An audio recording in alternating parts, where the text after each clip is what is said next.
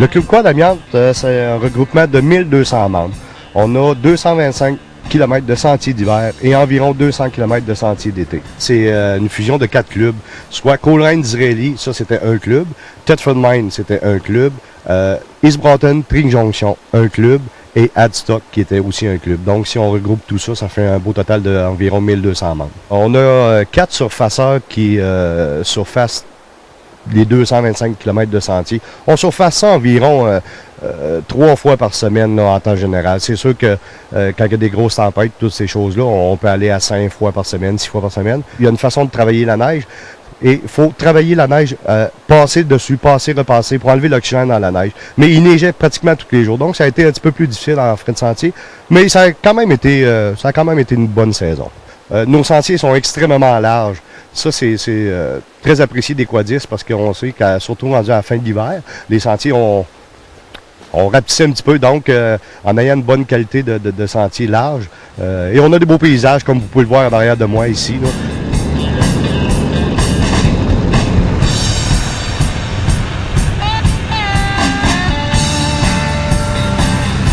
En fait, depuis 2 ans, les agents de surveillance de sentiers sont assermentés.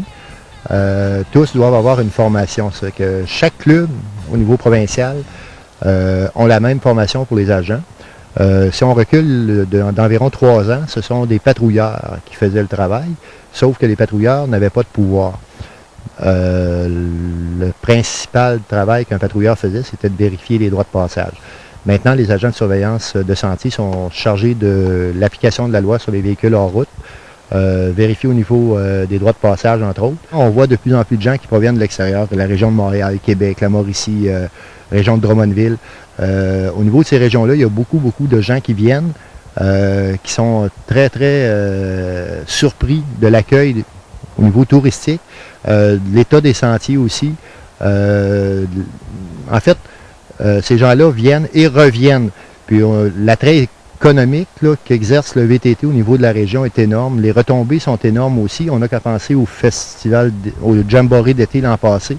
Près de 400 inscriptions, environ 600 personnes qui étaient présentes. Depuis un an environ, on voit de plus en plus d'Américains en VTT, ce qu'on ne voyait pas il y a 4 ans seulement. C'est une clientèle qui vient surtout en motoneige. Puis depuis 2 ans environ, là, on voit des Américains qui proviennent, entre autres du Maine, du New Hampshire, le Vermont, en fait tous les États de la Nouvelle-Angleterre. Régulièrement, on rencontre des gens qui viennent ici. Lorsqu'on parle du souper, pas du souper, mais du dîner hot dog qu'on fait, c'est une activité, un social, ni plus ni moins, c'est la fin de saison, généralement au mois de mars. On rencontre des gens d'un peu partout, principalement de Quad Amiante. Récemment, on a vu des gens de l'extérieur qui ont participé à ça tout bonnement l'an passé, par hasard. L'an passé, on a eu beaucoup de pluie pendant la journée, puis des gens même nous disent, on aimerait savoir quand vous allez faire ce dîner hot dog-là. C'est un social, les gens viennent avec leurs enfants, puis c'est une belle journée pour se rencontrer, parler, échanger. Puis on a même le président qui travaille une journée par année à faire des hot dogs. Or, on l'apprécie beaucoup.